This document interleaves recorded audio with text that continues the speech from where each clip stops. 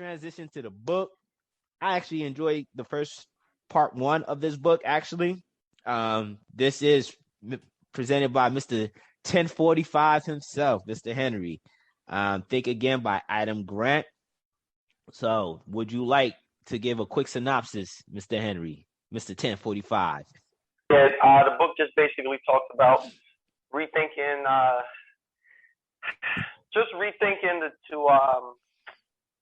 how can I say it? So it's just like rethinking your thoughts or your processes, whether it's learn strategies or just thinking twice before you actually act. I hope your motherfuckers ready for a fiction book coming up next. Now I'm trying to soften the blow with this one. Well, I'll pick a fiction book in regards to my next turn. All right, so we'll start off with your question, Mr. Henry, Mr. 1045. Based on the excerpt, I hope everyone had its time to listen to it. What is your twice. He sent it twice. He sent it last night and this morning. What is your coherent story of how you turn from your past to your present you? Basically, how to detach your present from your former self, and how do you assess yourself, I guess. That's a shame, bro. I'm looking at Hakeem's face. This nigga did not listen to the excerpt. Oh, my God, bro. I sent it twice. Hold up. This coming from the dude who mutes the group text and ignores it half the time. Really? You talking shit? No. Yeah, well, I mean, technically half the day when I'm at work. You're right. I saw that, but then I was at a baby shower, Brenda. Like, we ain't got lives. We just sitting here waiting for Kel's, little tape recorders. All right, Mr. Henry, it was 30 seconds. It was 30 basically seconds. I think this was chapter 3. I think where it talks about detaching yourself or your present self from your past, and they're able to think clearly. What do I think? I'll take a stab at it. What is your coherent story of how you turn from? I think this is. I'm going to try to connect this with a prior book that you selected, Kel, with Chatter, because I think this question kind of correlates with a lot of the conversation we had with that book. I think a lot of times for myself, I like to, especially most recently, when dealing with relationships with people, I like to just reflect on past discussions I had with prior people and assess exactly where things have gone wrong in my communication skills and where I could have, did I come across as arrogant? Did I come across as a know-it-all, unwilling to change my beliefs or unwilling to be more open-minded? And I think today, my current self, I'm more in the position of asking more questions, more in the positions of, shutting up more and listening a whole lot more. So when I, reflect back, I'm less of a talker, more of a listener.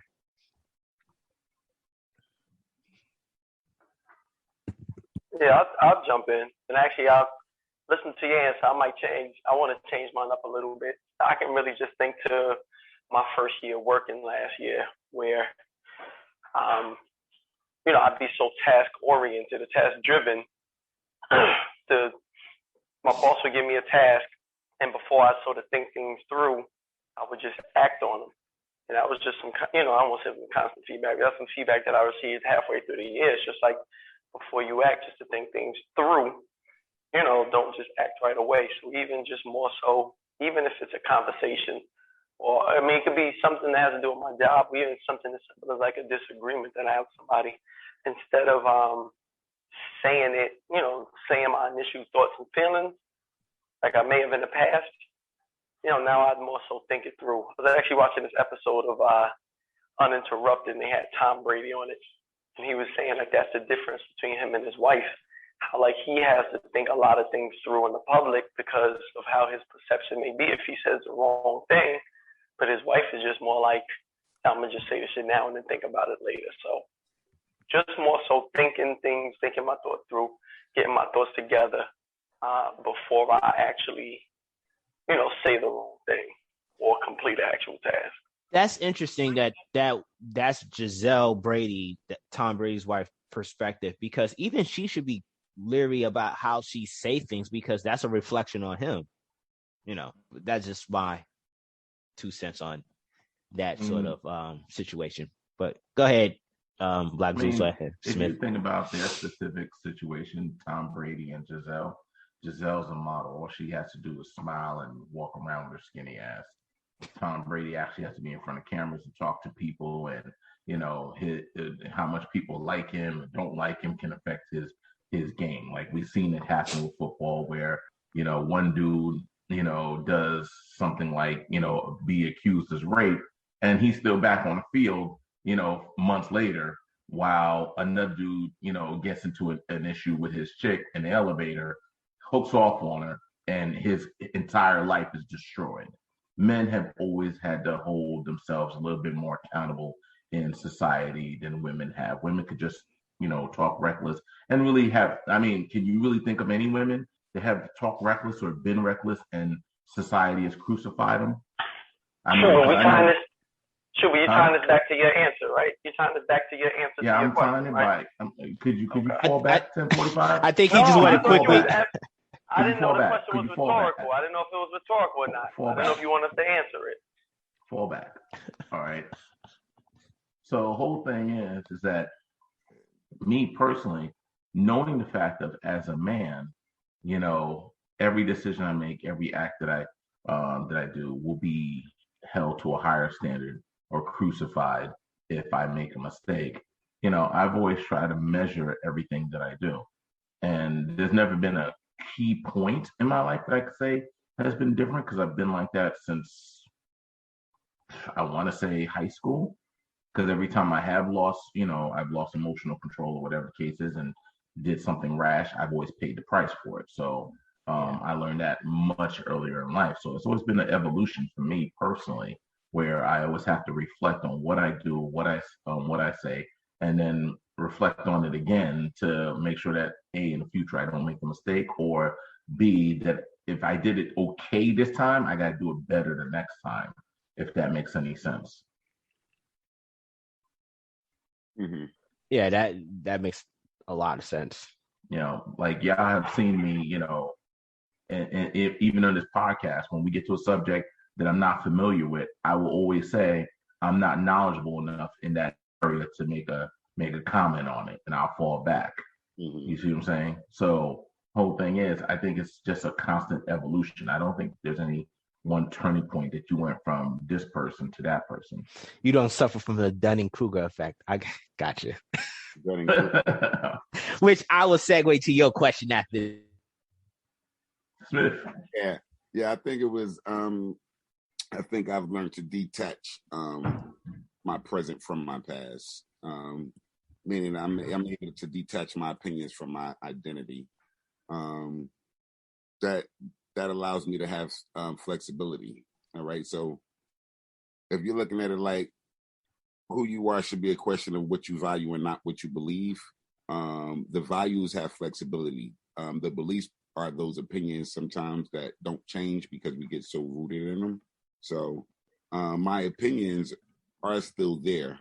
But what I value is other people's opinions and being able to hear what other people have to say. So like you said, Cash, I've become more of a listener. As I get older, I become more of a listener, but I definitely am able to detach my present from the past and not, when you're coming to me, be like, oh, I already know this situation, I already been through this situation, but actually to be able to sincerely hear you out and show you that I can be fair in that respect. You know what, Smith, I think if a lot more people could do that in their relationships, in their upcoming relationships, be able to let go of the past relationships, a lot more of them will work out, whether that's relationships or friendships, because we do take a lot of our stuff from the past and bring it into our current friendships or even regular relationships. Yeah. Agreed. Yeah, agreed. True. That is true. But that's why you got to decouple your identity with your beliefs. You know what I mean? But don't you feel that your beliefs inform your values and your opinion?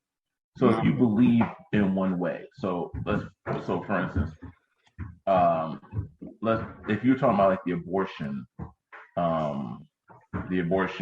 thing, right? Uh-huh. A lot of people that are against abortion if you come to find out, a good majority are hard Christians and this, that, and the other, and their belief informs their values, which informs their opinion, which informs their decisions on abortion, versus like someone who does not have that belief might be a little bit more open towards the idea or understanding of where someone is coming from when they say, hey, listen, I can't take care of this baby, or whatever the case may be. Yeah, but that's why the part of you got to actively seek the truth and knowledge, and the identity you got to actively seek the truth and knowledge. That's what opens you up to more curiosity and actually the art of rethinking. You know what I mean? You have to be open to that, and that's what I'm saying. If you're not open to that, then you just have this opinion that you just hold because you're never going to be opened up to that new that period of rethinking that Adam Grant's talking about. You know, but isn't the point that if you're anchored in your beliefs, then no matter how much truth comes your way, you're not going to change your opinion or your views because your beliefs. But this is why you need to rethink. Yeah. You need to rethink it, though. That's what I'm saying. That's the key of this book. That's why you need to rethink it, because there's a difference between you are anchored in a belief that might not be true. You understand? So that's why you got to seek the truth and knowledge about that particular belief. You have to be willing to do the work, not just sit there and say, I believe it because my mother's believed it. You understand? In addition to that, Smith, you also have to be open for challenges. People coming challenges. Yeah, exactly. You have to be open to people willing to challenge your beliefs. If your beliefs are, steadfast and true, you should be able to embrace all, questions and doubts or skepticism. Because in a sense, you're able to argue that. And in fact, in truth and knowledge, not just I believe this because my mother told me it was so. Yeah. So here's the thing. To be a little bit more clear of the point that I'm trying to point out. People's beliefs are usually anchored in an emotion out of their feelings. It has nothing to do with thinking. It has nothing to do with facts and reality. It's their belief. It's like, I think, it's like when someone says something like, the big girl that says, I'm sexy. All right, that's her belief. But the whole thing is that not everybody shares that belief with you. But the fact is that, you're bigger than the average woman. So that's a fact. Regardless of what the facts are, your belief and the facts don't necessarily have to align. And that's the biggest problem with a lot of people, is that their belief supersede whatever the facts are. Do you follow what I'm saying? Yeah. So I'm just saying the fact that people don't, that's the whole point of this book, is people don't think. If they believe something, more than they are willing, then they're not willing to open their mind to facts and new information that may challenge their beliefs. And that's why they have to start applying this method of rethinking. Absolutely. They have to understand that there is a joy in being wrong. Like, they have to understand that there's a joy in being wrong. Just because you believe it doesn't make it right. You understand? Absolutely. So I think that's what this with that particular thing was talking about at the moment. Absolutely. And I agree. I'm just saying the fact of, like, when it boils down to is that people's beliefs and people's, view, like people's opinions and values are usually rooted in their beliefs, and pulling up their roots is rough. Pulling up their roots over there, they believe is rough. But a lot of times, beliefs change upon finding that new information. And that's what I'm saying. You got to, one of the questions that I posed, which we'll get to later, is making that where we all starting to think like scientists. You know what I mean? And we're taking away those beliefs, but we're actually thinking like scientists, and we're hypothesizing and putting this shit to an experimental test to see if it's actually right. You know what I mean? And actually starting to view being wrong as a good thing, as an opportunity to learn something new, not by somebody saying, oh, you were wrong and I'm the prosecutor and you were wrong and you're wrong. Not like that, but you know what I mean? Actually embracing it. Actually, I agree with you. I absolutely agree. I absolutely agree. All right, let's segue into your question, Black Zeus. In chapter 2, who have the Dunning and Kruger effect tend to overvalue themselves. Is this what happens? People who have the Dunning Kruger. Sorry. Oh yeah, no problem. Is this what happens to social justice warriors and feminists today? I'm sorry, I'm not answering that question yet. I'm calling it out. All right, so I'll be real. The whole thing is when I look at the Dunning-Kruger effect, right? When he was speaking about how, regardless of when new information comes along, people still want to stay to what they're anchored to, of their viewpoint, their belief, and even when they have statistics, even when they have IQ tests given, they're still like, nope, that's not invalid. They only want to acknowledge what validates their point and nothing else. And I find that in this world, in this day and age of SJWs and feminists, that even if you point out to feminists like that women are the protected class when it comes to family court, when it comes to the idea of rape or this, that, and the other, or if there's a danger, a man is expected to put his life on the line. But how is it that women are behind? Women are, holding, every type of position and are more educated than men nowadays. But yet you're still telling me that there's this struggle, this impossibility that women have, despite all the facts that be laid at your feet. SJWs want to tell you, things like George Floyd, because of George Floyd, Black people should have the test dumbed down to them, because they're all going through, and yet who are all these Black people that are telling you I can't pass my test that I've been working on and studying for, and who voted you to be the representation? You know what I mean? So it's just like, no matter what the truth is, it seems like SJWs and feminists, PCists, whatever you want to call them, leftists, do not want to go with the facts. They want to go with their feelings, and they think they know better than everyone else.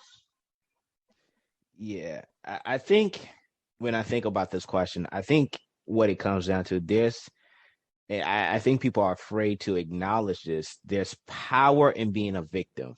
I know that sounds absurd, but just hear me out.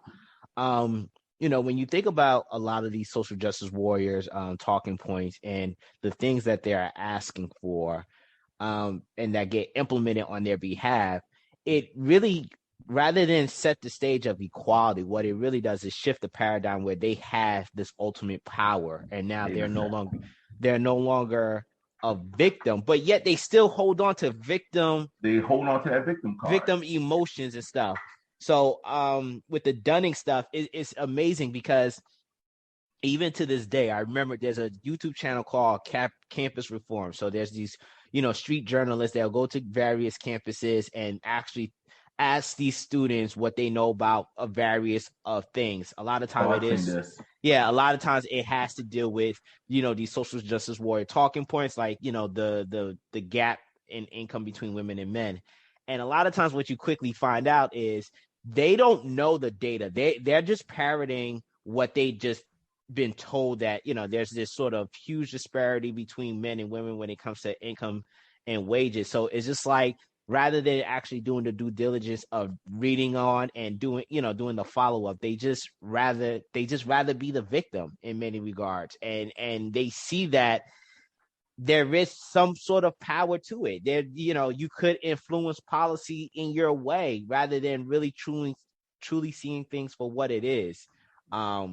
It's so real to really see this happen, where our society is this lazy, where we can't necessarily embrace new information and really challenge the information that we hold to be true.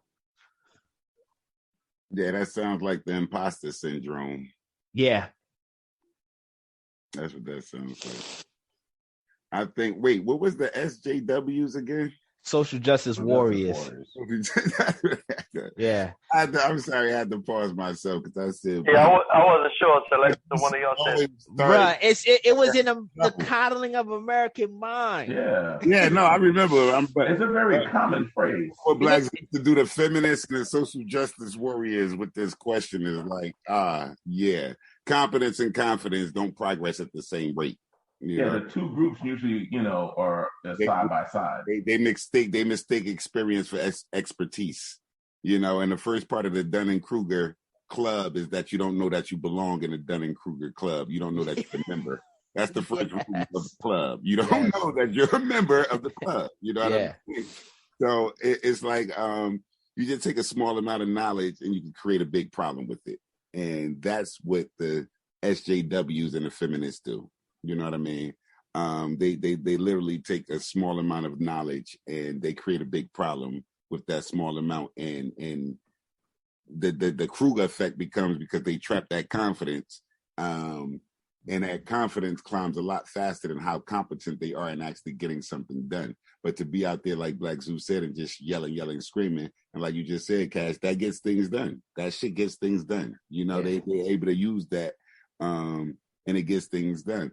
And the whole part with, you know, from the imposter syndrome to being that armchair quarterback, everybody thinks they're a professional at something somebody else is doing. You know what I mean? Yeah.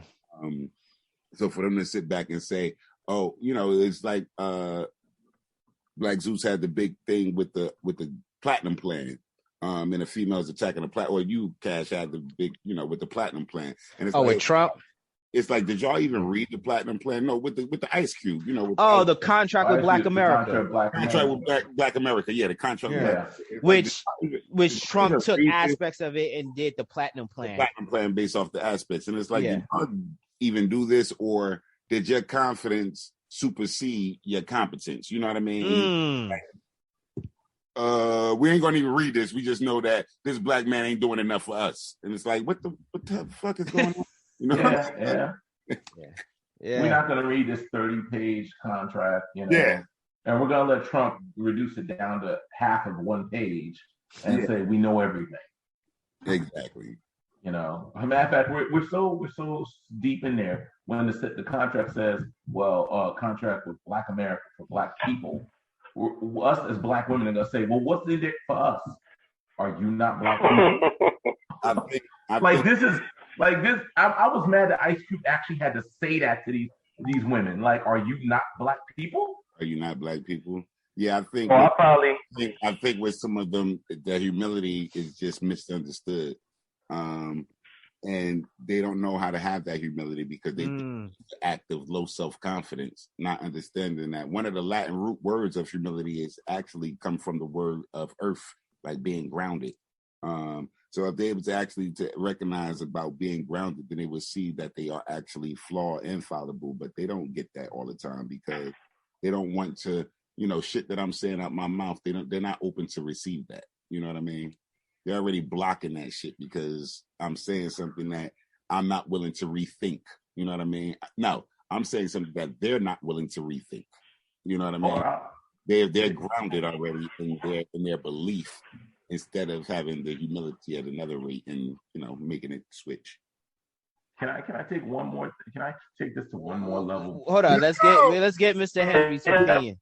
All right, go ahead. See, I'm trying to be patient. Go ahead. Now, you know what, you guys touched on a lot of the points that I was going to make. Smith, really just yours. I mean, Smith, I kind of felt the same way you felt, where it's just, y'all don't really have the whole story. I got bits and pieces of the information, and y'all kind of run with it. I mean, I guess that's part of, like, being a follower.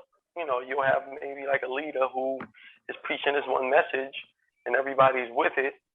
You may not understand all the nuances of it, or sometimes maybe exactly what it stands for, but, you know, it sounds like just something that's good. It sounds like something that, you know, may benefit you, so you're rolling with it.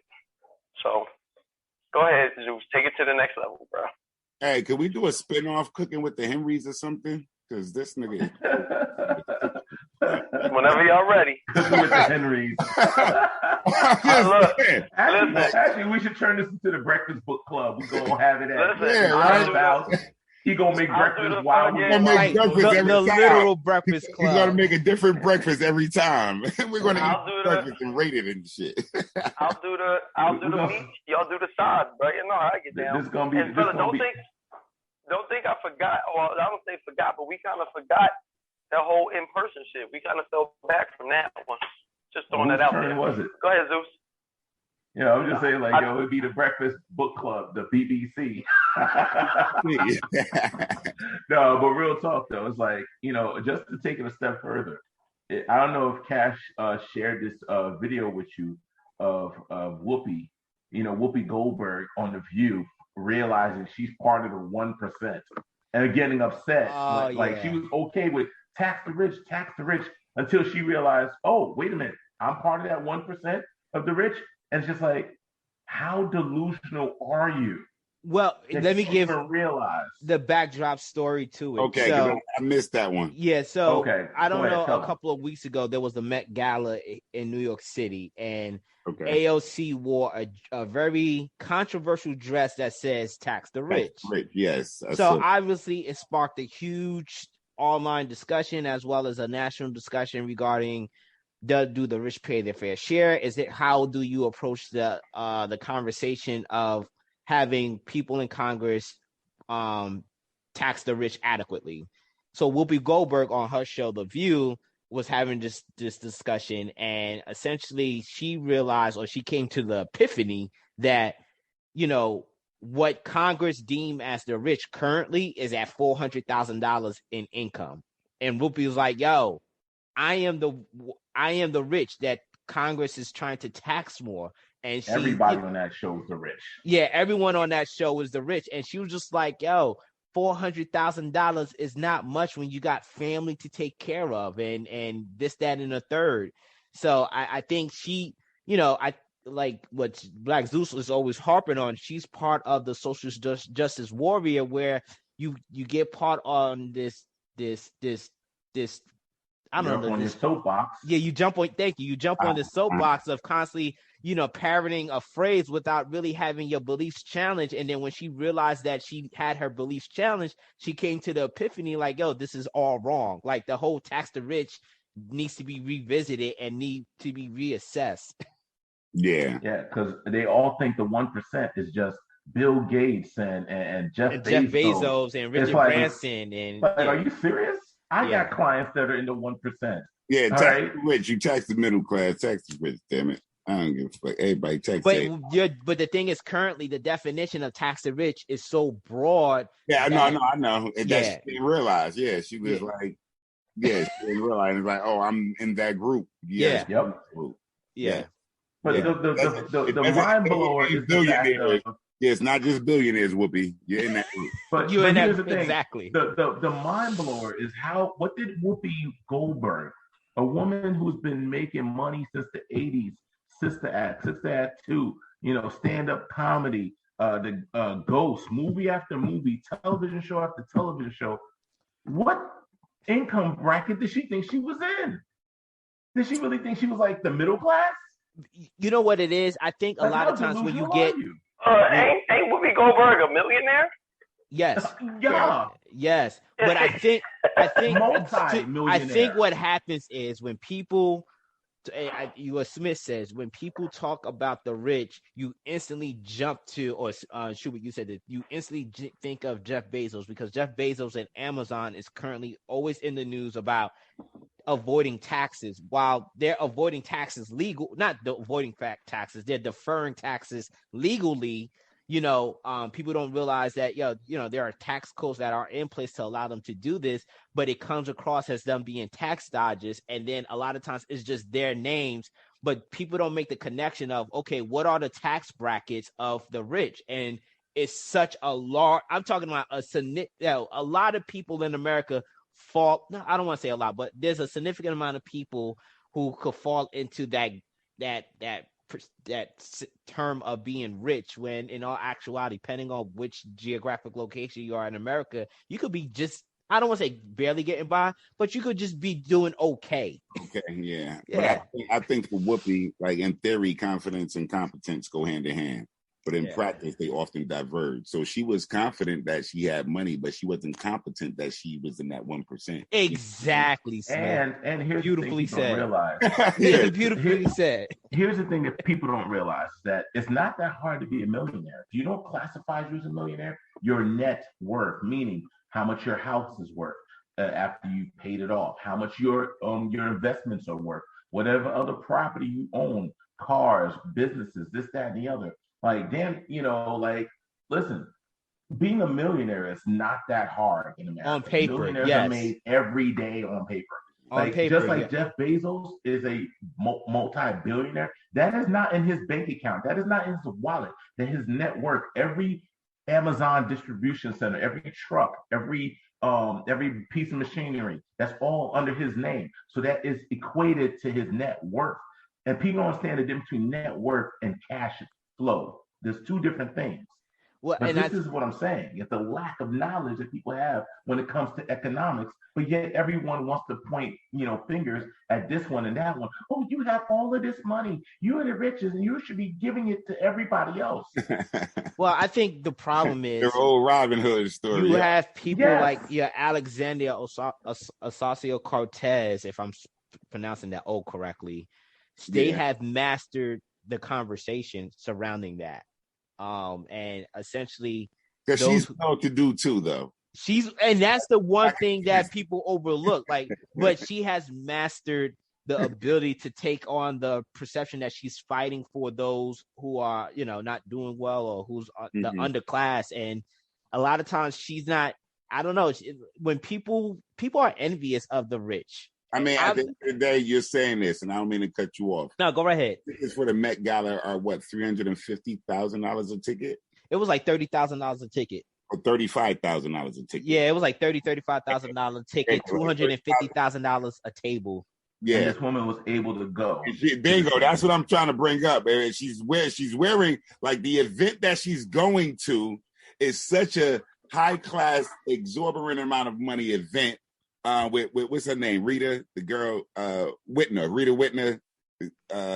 Everybody meet Rita. She the one that puts the Met Gala on, the fashion designer chick. Anyway, you're going to this event that costs so much money, and yet you're saying tax the rich. Yeah, you can pay for a ticket. Are you missing the message? Annual salary. That's one person's annual salary that she paid for a ticket. Now, think about that. You could say their supporters paid for the ticket, but is that what you use the supporters' money for? Exactly. Yeah, apparently the way it was there. And could you have done that message better? And you say you were the billboard, you were the walking billboard, but could you have done another billboard in several cities for that same amount of money? I'm just saying, like, exactly. And misses the mark with some of her shit. And so this is the thing. Exactly, Smith. Go ahead. I used to support her. But then I had to rethink and I had to learn about her. I was supporting something that I just had an opinion about that I didn't necessarily have information about. You understand? And the more information I get about her, I'm like, like when you find out about Kamala's background, you're like, man, really? Exactly. Is that part. So I love that epiphany, that anecdotal epiphany you had about it, because that's what it is. It's that sort of you are emotionally drawn to her because she's saying all of the right things, but her actions are completely contradictory to what she's saying. And some people still defend it, but it's just like, come on now, like all the bells are not, ringing with that. Like, like something is really shady about the way she goes about advocating for those who are underclass. Yeah, you try to defend it, but my eyes are open at this point. You know what I mean? Exactly. So she's a Derek Jackson of the poor. Well, you know what? Recently, 2 weeks ago, I re-listened to Animal Farm because it was free for my Audible. Shout out to Audible. It was only 3 hours long, so I just spent. I think it was on a Sunday. I just spent that entire Sunday listening to Animal Farm. She's a Napoleon. So Napoleon was the pig. The animals all revolt and stuff like that. But you had two pigs. You had Snowball and Napoleon trying to basically set a new life for the animals on the farm. But Napoleon had other mischievous deeds for himself, and basically he really wanted to take up the mantle of the human, rather being the equals of all the other animals. And that's how AOC comes across to me, not to drive this to be all political and stuff. It's just like she kind of like comes across as like wanting to defend the people, but like she's really wanting to be high sedity with the rich and the famous. You really want to rub elbows. Yeah, that's who she really want to rub elbows with. This is all opinionated. We don't want to. I got to get in there on the backs of the people. Yeah, exactly. I'm going to get it. I'm going to get in there on the backs of the people. I've read that story and I've seen that movie. Yeah, and like I said, I had to rethink because I was lulled to sleep for a minute with that bullshit act. Yo, she says a lot of the right things to galvanize people. Yeah, and she eats you in the eyes also, so she had me. Oh yeah, you think so? All right, well that's subjective. Yeah, Okay, I we'll move on. listen, I say she ain't Nancy Pelosi because she's bad on my eyes, bruh. Yeah, you're right. You can't get a Nancy Pelosi right. to I'm talking about the younger Democrats coming in like the Elon and Omar's and shit, as opposed to the older, like, you know, these motherfuckers like, yo, it's time to give it up and let some new shit come in here. Let's do it. I don't know, man. I don't have faith for much. Keep it moving, master commentator. All right, we're gonna get into your question because this question kind of ties into my question, Smith. Are you most likely to slip into preacher, prosecutor, or politician mode? What steps can you take to think more like a scientist? So I was really like looking at this when I posed this question. To give you all some background, preachers, they propagate and promote ideas, sometimes to defend ideas from attack. Changing your mind is a sign of moral weakness. Prosecutors, we attack the ideas of others, often to win an argument. Being persuaded is defeat. And politicians, we try to win the support of others, optimizing for approval and agreement over personal conviction. We change our opinion opportunistically, right? So I have been all of those. You know what I mean? That's why I asked the question, because I've been the prosecutor, I've been the politician, and I've been the preacher. Like I told you a minute ago, though, I've advanced myself, and I'm not any of those now. I'm more like the scientist, you know. I'm more of the fundamental thinking and constantly rethinking about something. So I'm not getting locked in any ideology of anything. You know what I mean? I'm making sure that I'm able to, if I see something that makes intellectual sense, that I'm able to change my ideas based off of the information that I have in front of me. You know what I mean? So that's why I was posing this question, because I wanted to know what you all thought about that. Well, I think there could sometimes be, I don't want to say a thin line, but somewhat a thin line between prosecutor and scientist, because the prosecutor and the scientist both deal with the facts. It's just that the scientist doesn't come with the opinion. Like, the facts are the facts, and that's the reason why things are how they are. That's not saying the scientists don't have an opinion, but when you're dealing with science, I just think more so like, yeah, I'm basing my logic off of merely the facts. I'm not getting into the priest, because I know how how some of you guys feel about the church. What was the third one, Smith? Priest, prosecutor, and politician. But what you but you're saying that you haven't been the preacher, the politician, and the prosecutor? Oh, you definitely have been all three. But I guess the question is, how can you become the scientist, right? No. The question is, damn it, you need to listen. Are you most likely to slip into preacher, prosecutor, or politician mode? What steps can you take to think more like a scientist? That's what I'm saying. So yes, what steps can you take to think more like a scientist? But you just got to focus on. But which one are you most likely to slip into? Was the first question. I need you to answer that part, because I posed this. I'm sorry. I answered the second part first. Yeah, I needed to know what mode do you. You know what? I probably listen. From this, I have my own opinion from just this thing that we talk about, but I want to know what mode do you think you slip in? So I'd probably say more so the prosecutor, because I am big on taking facts but informing my own opinion on it. Even sometimes I can look at shit where it's just like, man, I know that's what that shit say, but man, that's not what's gonna fucking happen. You know what I mean? So from the prosecutor's stance, it's like, but prosecutor, you know what the prosecutor is doing, though, right? You attack the idea. You're interrogating the shit out of someone's and you're doing that so you can win an argument. That's why I prefaced this by talking about what each one of those did. Mm-hmm. That's what the prosecutor did. Yes. Ideas of others, often to win an argument. Yes, And if that's what I'm saying. you're persuaded by somebody else, that's actually defeat for you. So that's what you're saying you were? More so the prosecutor who's trying to sway somebody else's opinion. Yeah.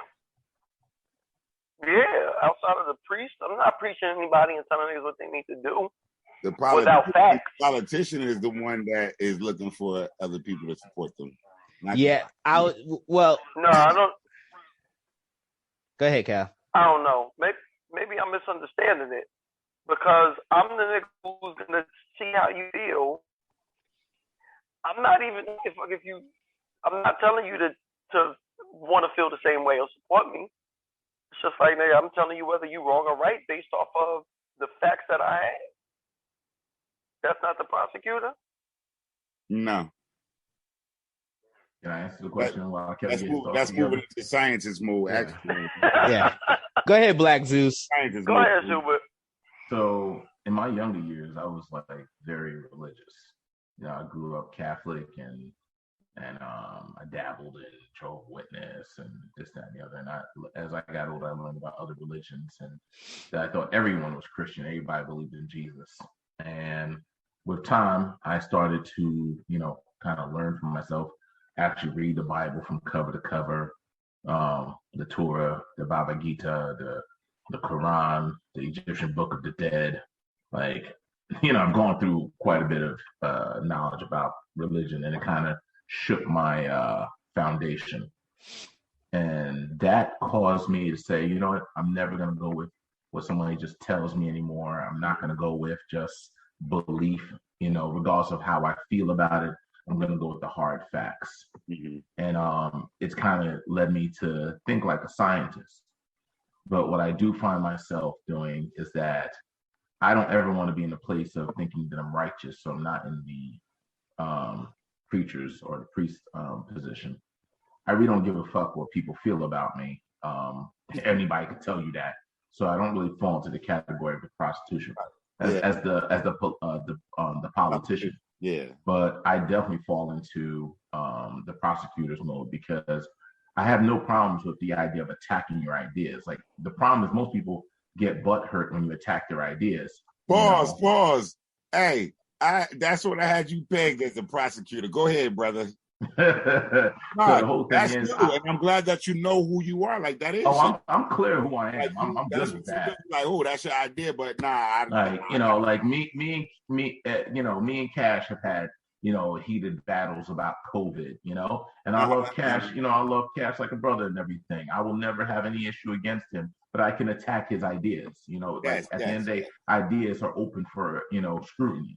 Or skepticism. And I welcome someone coming at me in my ideas. If I'm wrong, and you prove me to be wrong, I feel like I've gotten better.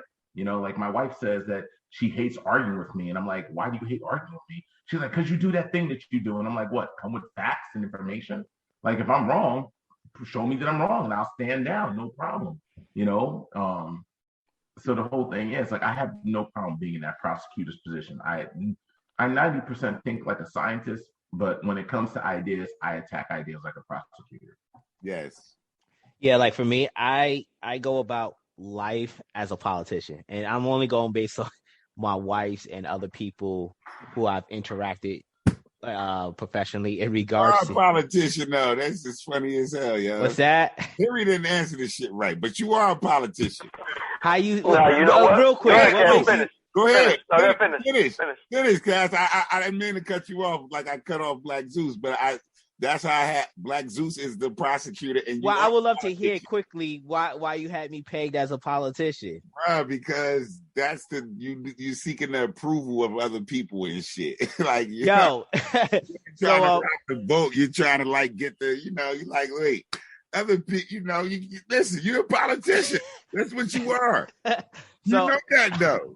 Like, it took me a while to embrace that because I've always viewed politicians as being slimy. I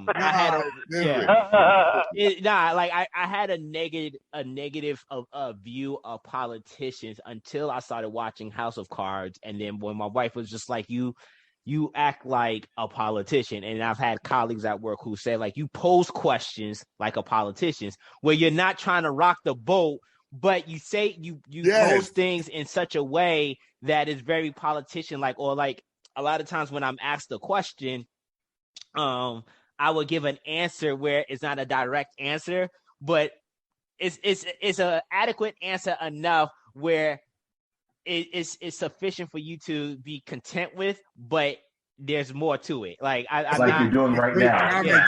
You're a great commentator. Yeah. You're a politician, Like you're doing right Can now. Like I'm doing right now. Kaz, when you're done, I want to say something. Go ahead. Yeah.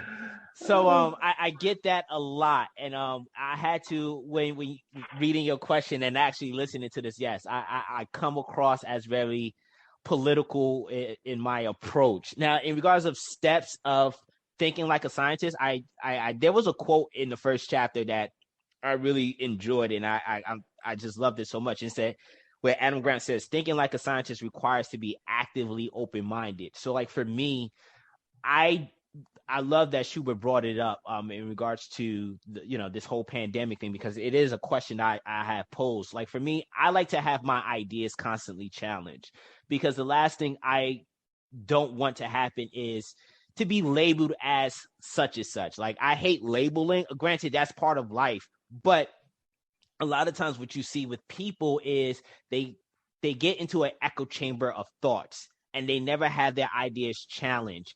And what I have done in regards of my reading and my listening is sometimes I will, I wasn't a big Rush Limbaugh fan. I wasn't a Sean Hannity fan. I wasn't a Bill O'Reilly fan, but I knew that when I got into the work world and I was dealing with a lot of conservative older men, and I had at a very young adolescent age, I had these sort of progressive ideas. I had to have my mind challenged as to how they thought about, the economy and life. So the steps I've taken is to listen to, I actively listen to opposing ideas and see whether or not there's flaws in my beliefs. And the approach I've taken is my literature, my audio, and just interacting with everyday people that are different from me, from my everyday walk of life. One of my closest friends over the past 10 years is a middle-aged white guy,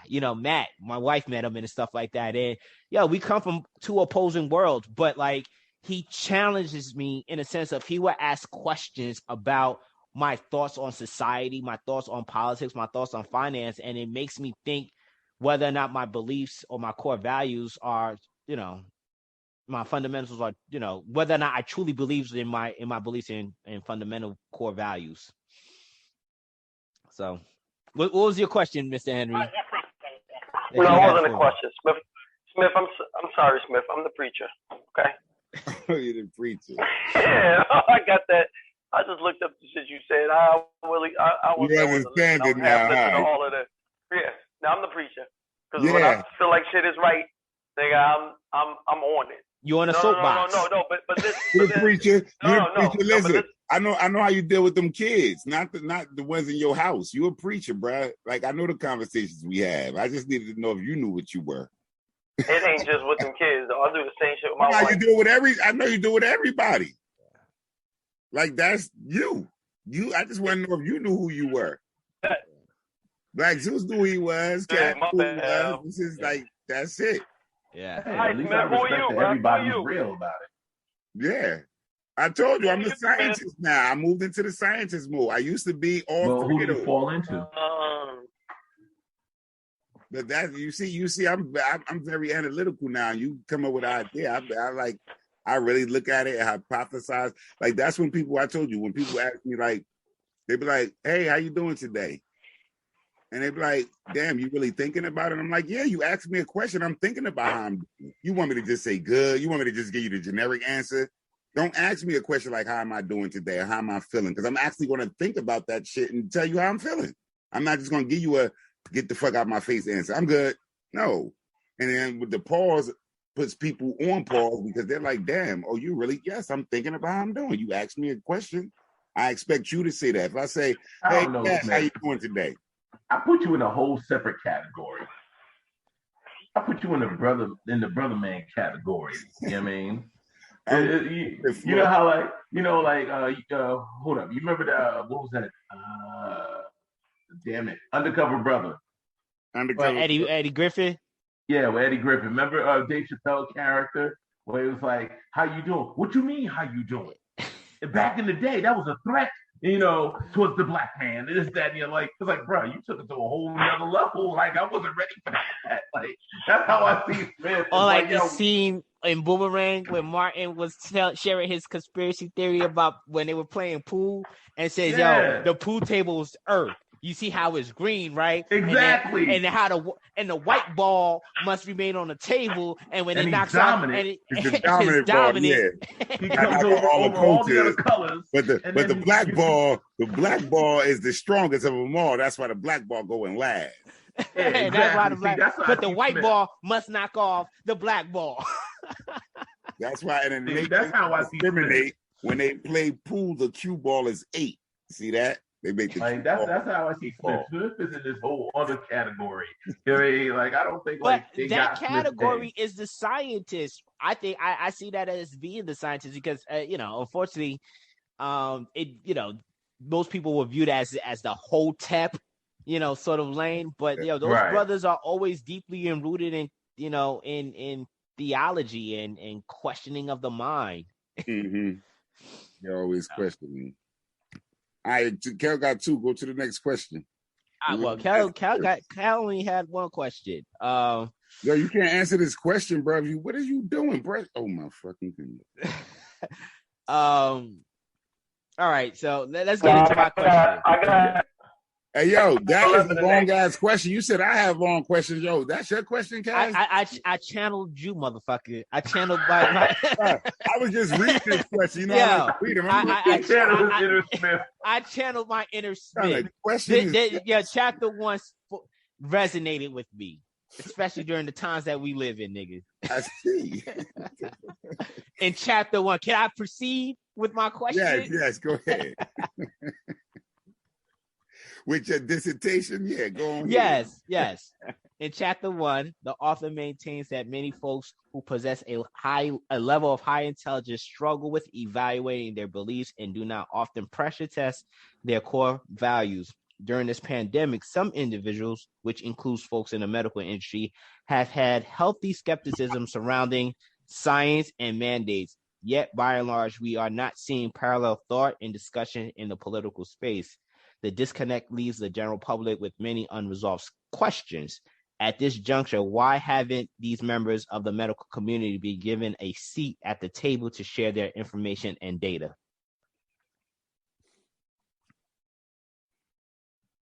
I see everyone gotta give this shit some thought. Go ahead.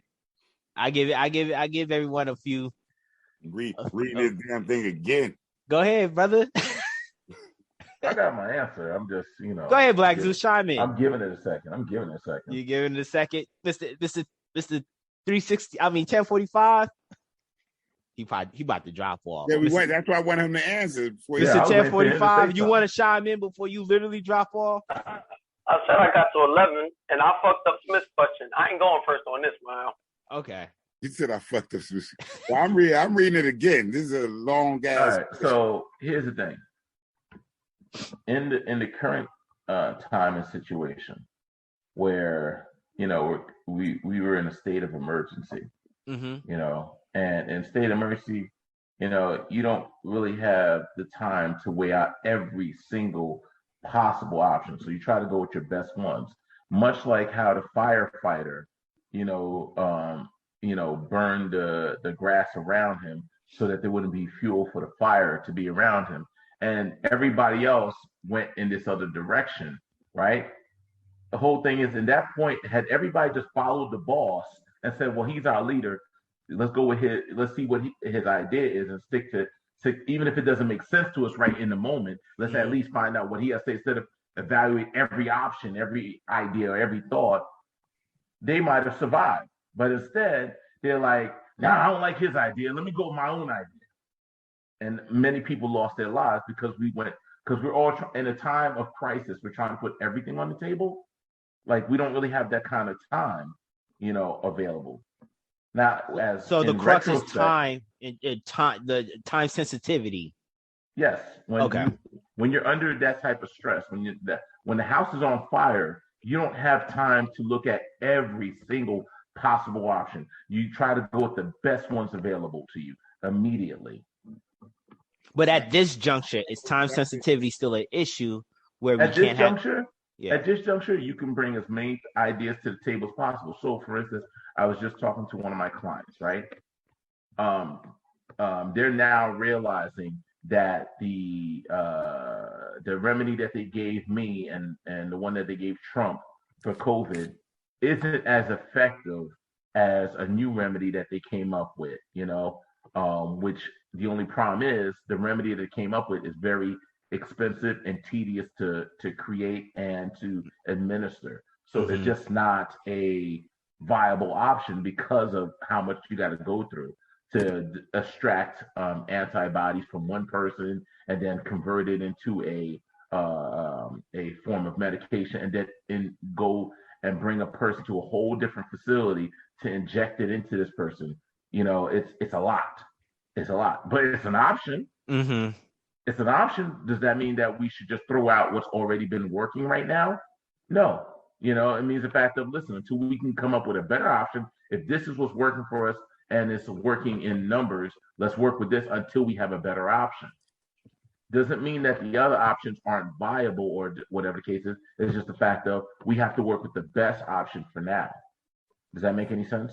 No, it makes total sense. I see where you're coming from in regards of mass producing the cocktail that you took or Trump took.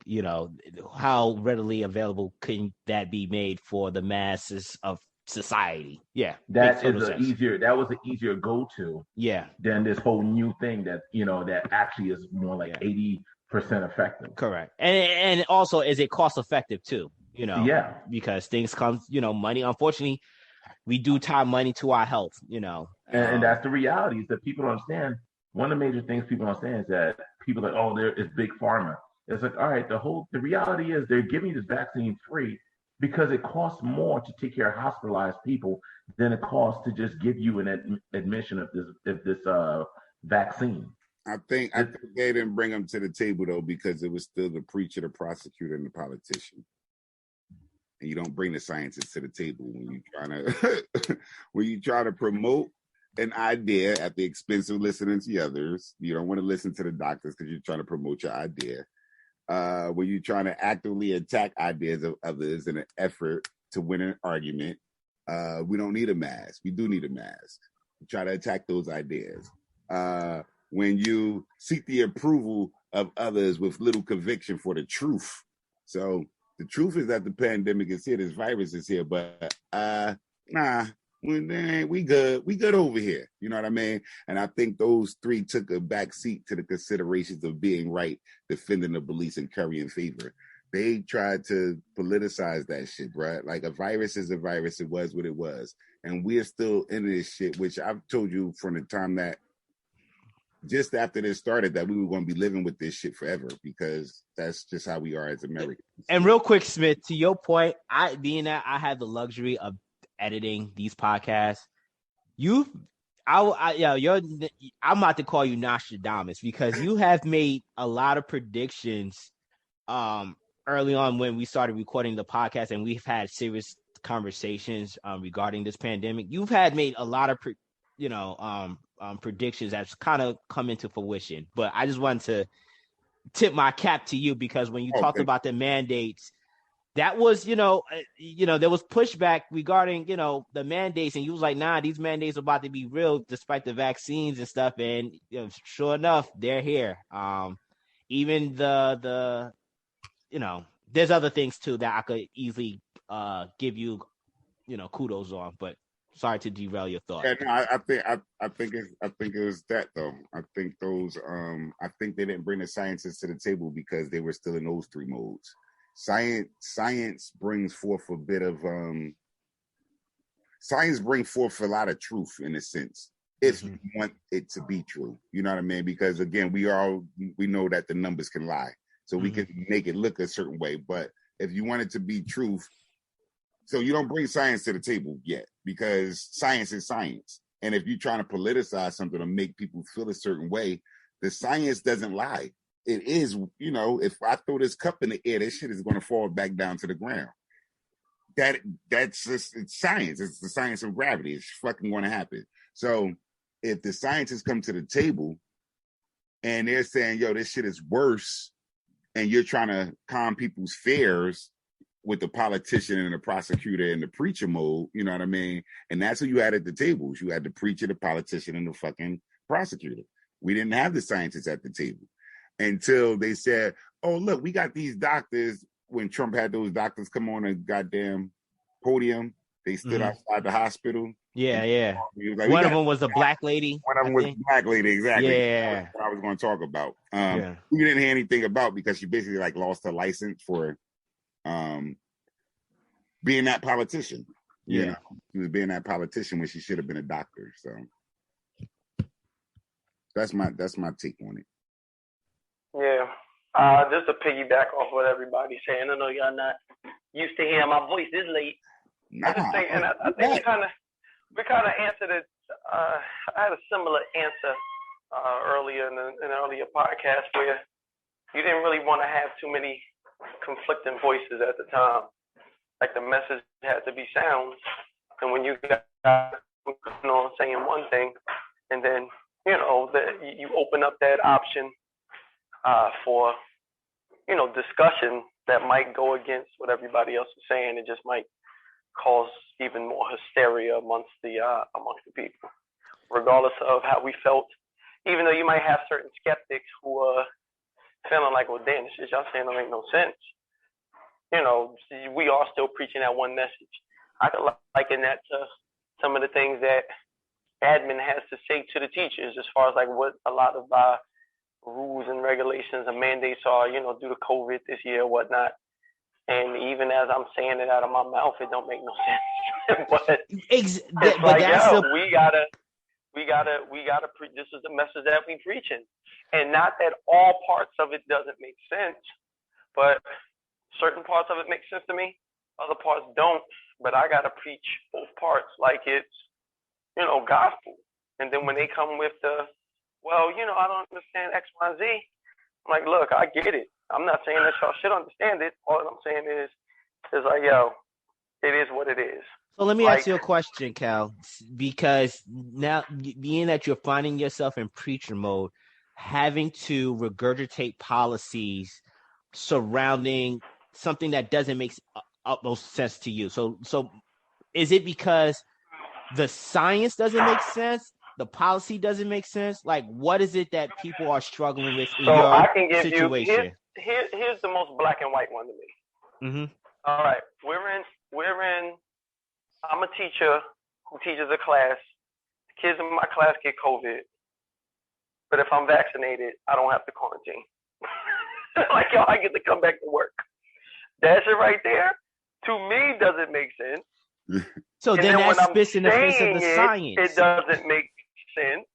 You know what I mean? But it's like, yo, this is what the policy is. Now, I can't say that it doesn't make sense. I have my theories of why they're doing it, which is it doesn't make sense. Why they force everybody to do it. But it's like, yo, if science is telling me that I can still contract COVID and spread COVID even if I have the vaccine, then why don't I have to quarantine just because I'm vaccinated? Because we don't want to be a teacher down. Is it because you don't want to be a teacher down, or is it because it's because it's because they want everybody to be vaccinated. Or that's what it is. And because they want everybody to be vaccinated. Or here's just a thought. Let me hear Black Zeus. What you got, brother? Or is it a case of probability? The person who's vaccinated has 80%, 90% chance of not getting infected, versus the person who is not vaccinated has an 80, 90% of chance of getting infected. But my thing would be this, Black Zeus, why wouldn't you have that teacher get tested? I didn't say that you wouldn't have the teacher get tested. Why would they just come right once back? Again, why wouldn't they get tested to see? We're just up there. What I'm saying is, they were vaccinated. No. I'm just asking, because remember, I went through this. I would agree. Yes, sure. Adding the testing, but all I'm saying is the fact of would not the logic be based on probability? I know. I hear the probability is that they're breakthrough infections. So why wouldn't the teacher at this point you don't even have to call them breakthrough? Yeah, like you could get infected. Like why you could get infected? Yes, you can. Obviously, but here's the thing: you can also die every time you drive your car. Right? No, I hear that. Hold on a second. The same logic applies. If you know 80-90% of the chance you get in your car, you don't get into a car accident, or 89% of the chance you put on your seatbelt, you're not likely to have a fatal accident. You're not going to play on the chance of 80-90% in your favor. Is that what you're saying? But you just said I'm putting the seatbelt on. You're not even allowing the teacher to get tested. You're just having them come back. You're not putting that seatbelt on for the teacher. What are you saying? No. Like that's what I'm saying. You're not putting the seatbelt on for the teacher. Stop. You're not listening. You're saying the vaccine is the seatbelt. If somebody in your class got COVID, that seatbelt doesn't mean anything. You're supposed to be able to get tested to see if you have it. And I would agree with you on that. That is a foolish thing. Remember, I wasn't fully vaccinated. I was sent home. My vice principal, who was in charge at the time, was fully vaccinated. He got the shit too. Like what? I get what you're saying. Why would they? Why, like Henry said, why would you just have a teacher come back to work just because they got a vaccine? Like that's all. You're not hearing me. I agree with you.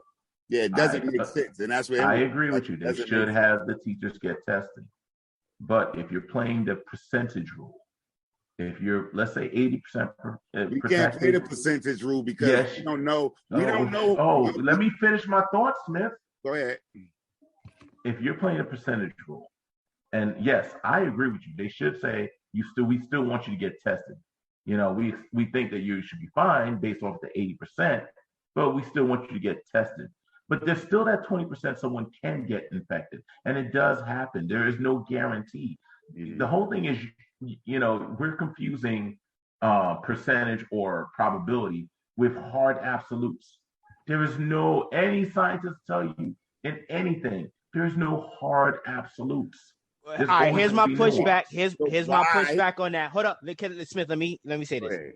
So back in March, when the CDC director, when they were administrating the vaccine, of course, and they was going full throttle and making getting the the rankings of prioritizing people to get their vaccine.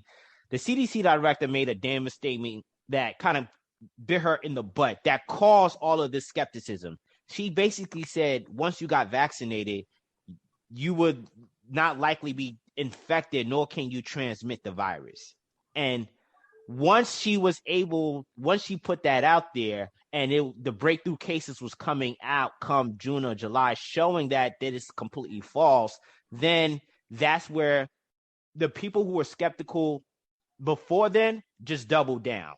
Let me ask you a question. Did she say exactly what you said? Yes. That it's not likely? Yes. Because likely means it's still not an hold on. So likely is not an absolute. It's not likely you will get infected. Not that you will not get affected. Not likely. So you're still playing the probability game. Initially, I don't. Okay, I see where you're coming from. Yeah, but I don't even know if it was the word. That's the thing is people only want to. No, what I'm saying is initially, I don't think it was the word likely. If you pull that up, I don't even think it was the word likely. It was. All right, let me pull it up. All right, pull it up. Like you would get it. And don't get me wrong. If someone did make that comment, they might have overstepped their boundaries, or they might have misworded what they were saying. What I'm saying is the science is still evolving with this. Yes. So to have people just be locked into one way when the science is evolving about this, you are supposed to do the right thing. You can't say, oh, like Henry said, this person is vaccinated, but you had COVID in your class, but because you're vaccinated, you're fine to come back to work. You're jeopardizing other people. Like, why? And that is the foolishness on the administration. On his head. Like, why would that is the foolishness of the administration, and not have that person tested. But if I'm unvaccinated, I gotta get tested. But you're vaccinated, you don't have to get tested. That shit is dumb as hell. That is dumb as hell. Chris Rock had this shit. He's like, yo, what the fuck? But don't forget, don't confuse science with the politics. Oh, we're no. About administrators that are making this bad decision. You But know, they're that just making these because he, decisions based off the science that they're but the getting. science is saying, listen, And the science is bad science right now. the All right, science is still saying, I got a direct quote. The CDC director says data shows suggest that the vaccinated people do not carry the virus from the insider. So she made a definitive statement stating that if you got vaccinated, you will not carry the virus. Exactly. And that's based off the data that they had then. Based on the data that they were able to carry. But at that time, and then later on, they got new data and they came back and said, no, we were wrong. Yeah, well, yeah, they had to retract that. No, they didn't. No, they didn't say they were wrong. They didn't necessarily. No, to Smith's point, not one. Let's knock it off. Fauci or CDC has never said they were wrong. Not at all. They just basically pivoted and basically said this is new information now. That's what they said. Okay, but all right. So they didn't, but they did give you the information. They didn't hide it from you. They didn't keep it from you. They gave you the new information when it was available. Correct. Okay, so you're more concerned about them saying, I'm sorry, my bad, versus them giving you the information that you need. No, for me, the way I for me, like I don't know what Smith or Kel might see, because their concerns are truly valid. But for me, I think what's concerning is when to what Smith was saying is as the data or the science is forever evolving, the mandates are not making any coherent sense. Therefore, the skepticism kicks in. Like, for instance, the one glaring thing that was, for me, with the skepticism was at an all-time high was when we were prioritizing who was supposed to get the vaccine, but then yet and then our threshold was a 70% vaccinated population in order to reopen up society. We didn't even do that, and then on top of that, you basically told teachers back in March, we know that you're not slated to get vaccinated yet, but we want you back in the classroom. But hold up. The science is supposed to be all of these things to us so that we could have these precautionary measures. How are we violating the science? There you go. All right, so here's the thing. We were violating the supposed science that we was given. Remember, Black Zeus, this is what I said. I was like, so you're telling me and Mr. Henry immune because we're educators? Because that's what I kept saying. Like, so we're immune? Like, that shit's not fair. That shit's stupid. So go ahead, Black Zeus. So the whole thing is, I think that y'all confusing two different departments. There is the scientific department that's going with information that they find. And as they get that information, they share it with the public. And if they're wrong, they come in, hey, we got new information. This is what it is. Like a GPS system. All right, like a GPS system.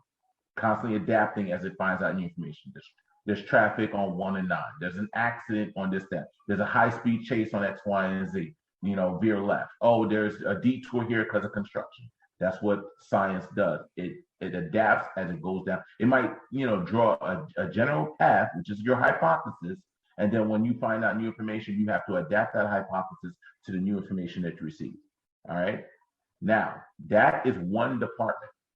Now, the whole thing is that you're conflating that department with the actual administration, which is kind of like all right, if you're in such and such town, the speed limit is 45, but you go and you're one block over into the next town and they say the speed limit is 35. And then they say, okay, when you're going on this street, you can make a left turn here, but you can't make a right turn there. You can turn right on red here. And the two things are different. The science and administration are two different things. But and administration should follow the science. But here's the downfall. And I agree with you. Idealistically, it would be perfect if it followed the science. But the problem is the fact that those administrators are also concerned about economics. They're worried about societal needs. And then you got people that are like, well, I can't function this way. I got X, Y, and Z. And they're politicians. They're trying to get the people's favor. So the whole thing is they're not going with necessarily the science, even though idealistically they should. I'm not agreeing with the politicians or the administration, but the whole thing is you got two different things that are, kind of bouncing off of each other, if that makes any sense. I hear where you're coming from, but it's the thing is, the CDC at the end of the day is the CDC, regardless of what department is doing what function. Like, I look at my company, what I do at my line of business and what someone does at another line of business. At the end of the day, when Brian Moynihan has to go in front of Capitol Hill, or he has to go in front of, CNBC or whatever financial news outlet, he's not concerned in regards to what this line of business is doing, what that line of business. He's looking at the entire business altogether. And what the problem is at the end of the day, the CDC themselves has conflicted their own messaging with the science. And I'm just saying, in regards to what people are seeing on the ground, most importantly, what we have two teachers on here, the science doesn't seem to be on the forefront, and it's just causing this level of skepticism. I think at this juncture, there's enough. Like, for me, I recently sent out an article about how the FDA basically said that, the 6 feet distancing was some arbitrary number. Yeah. People like me who keep up with the news, we see this shit and you're just like, hold up. So we're making policies not off of science? No, we just randomly. Yeah, but here's the thing. Or in addition to that, but that's nothing new. Hold on. But no. In addition to that, one of the things that was very disconcerting to me over the past month was you had Pfizer, one of the pharmaceutical companies that are administrating the shots. They were the first proponent talking about booster shots before the CDC and the WHO. And it's just like, what science are you using where the CDC and the WHO had to basically say, let's pump our brakes in regards of having booster shots for the general public? The science of, I'm trying to make some money. I don't know what y'all talking about. So people like me look at this situation and just like, you're making a mockery of a very serious situation.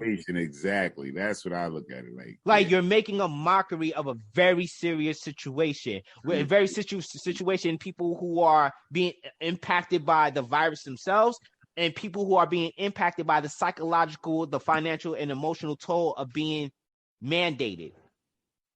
And it's just like, we need to really, truly have science be the forefront of this conversation. Enough with the politics. Let's truly have medical. At this juncture, vaccines are available. I could get last year where vaccines weren't available, and it's just like, look, we just got to follow the protocol. At this juncture, vaccines are available. Let's have the medical community really be at the forefront and have this discussion. Okay, but here's the thing. And I agree with you. Like I said, idealistically, but we're talking about human nature.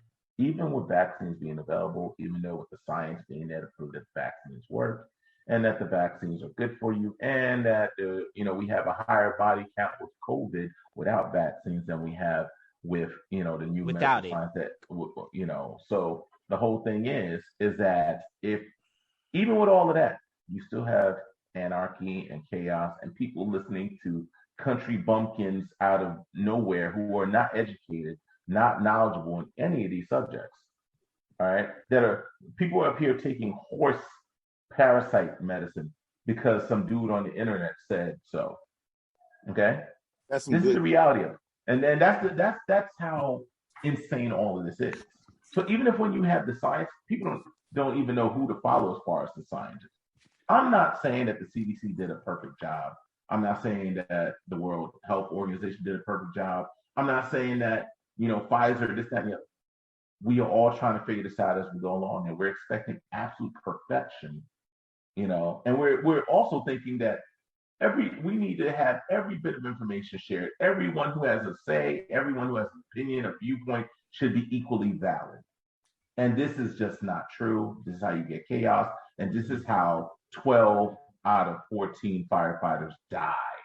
I think they should have let science lead the way from the beginning. Not a problem. Here's the thing. No, I'm saying once they started getting a mixed message and people listen, you can't just be flip-flopping on folks. This is America. But here's the thing. Listen, motherfuckers have set in their mind they're not scientists. They are preachers. They are prosecutors. They are politicians. And that's the thing. Most people don't know how science works. Do this and do that. No, but they never let science lead. This is what I'm saying. Yeah, that's what he's saying. The science didn't lead this. I get that. I'm not science would have led this from the beginning. people might have responded different, but science never took the lead on this. That's all I'm saying. But here's what I'm saying, right? Science, people want immediate answers to their questions, and politicians and administrators, that's what they're good at. They give immediate answers. We'll build a wall. We're not going to get into the details and the nuance. We're going to build a wall. That's what people want to hear. All right. And Mexico's going to pay for it. That's what people want to hear. So the politicians give them what they want to hear. If people actually listen to scientists, 9 out of 10 people don't have the patience and understanding of science to really sit there and say, okay. I concede to that. That's true. Dr. Science. I want you to go to my question. When Black Zeus is done, I want you to go to my question. Dr. Scientist, said, hey, we found this out on Monday. It could change on Wednesday. It could change on Thursday. It could change on Friday. But this is what we found out on Monday. I understand that, but so we're just giving you the information. We're giving you the information we found on Monday. It could change on Wednesday as things. It's kind of like it's kind of like years ago. Baby powder. It's kind of like years ago. Baby powder was understood to be safe. This, that, and the other. X, Y, and Z. Deodorants were safe, this, that, and the other. Years later, we're finding out, deodorant can cause cancer, or baby powder can cause this, that, and the other. And now we're like, why didn't you know? Dude, it took a long time to figure the shit out. But y'all want answers now. Y'all want not to think now. My thing is, it's very easy to let people know when you don't know some shit. Based off this book we read with Adam Grant, fuck all that. I hear the huffing and puffing, but it is very easy to let people know. Like I said, science didn't lead. And so for instance, let me finish. If science would have led this, people know that science is subject to change based off finding new information. So they would have been open to that. But when you got politician one saying one thing, you got a preacher saying another thing, you got a prosecutor saying a fucking other thing, that gets confusing to the masses. Absolutely. That's why I say no. Before you answer, hey, Black. All right, let me ask you a question. All right, let me ask Smith's question. So, how can we change the cultural narrative about rethinking? Can you imagine a world in which saying "I don't know" is seen as a mark of confident humility instead of ignorance, and "I was wrong" is viewed as an act of integrity rather than an admission of incompetence? That's a beautiful question. Go on, Black. That is a beautiful question. They're gone. See, that's why I had to pause. Right? And I agree with that question. This is what we're talking about. That's the thing. So here's the thing. Yeah. I 100% agree with that question. And honestly, I am happy with I don't know. But to go back and not to take shots at 10:45, I'm not taking shots at 10:45, just saying. 10:45 dropped off at 11. Oh, damn. So anyway, the whole thing is, remember we had that discussion about evolution, and we talked about how science says it doesn't know where we all came from, but all these people are like, well, the Bible says we came from Adam and Eve, right?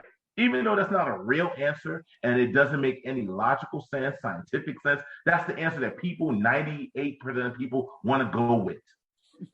And they're not happy with science saying, I don't know, but we're trying to figure it out. We're still hypothesizing. Yeah, exactly. We're still hypothesizing the origin. They don't want to know because science said Big Bang. Science is definitive. It's but the Big Bang is a theory. It's a theory, yeah. Theory. So, yeah, that's the thing. It's not definitive. It's not definitive, and that's the thing. It's like, and we're not accepting that. Saying, hey, we just found out that the Big Bang was wrong. We're okay. Science is okay with knowing, hey, we were wrong. We found out new information. But 98% of people are not okay with that. That's a good one. That is a good one. That's a good retaliation, Black Zeus. That's true. That basically goes to show you that, yes, people are not comfortable with the unknown unless they are given definitive answers and conclusions. But the problem is, to what Smith is saying is, unfortunately, in this particular matter, I think the science probably should have taken a front seat, but I definitely see where Black Zeus is coming from. Unfortunately, human behavior shows itself as incapable of being in a space of I don't know and influx. Yeah, thank you. This is why they don't want to tell you that the aliens exist and shit. They get it twisted.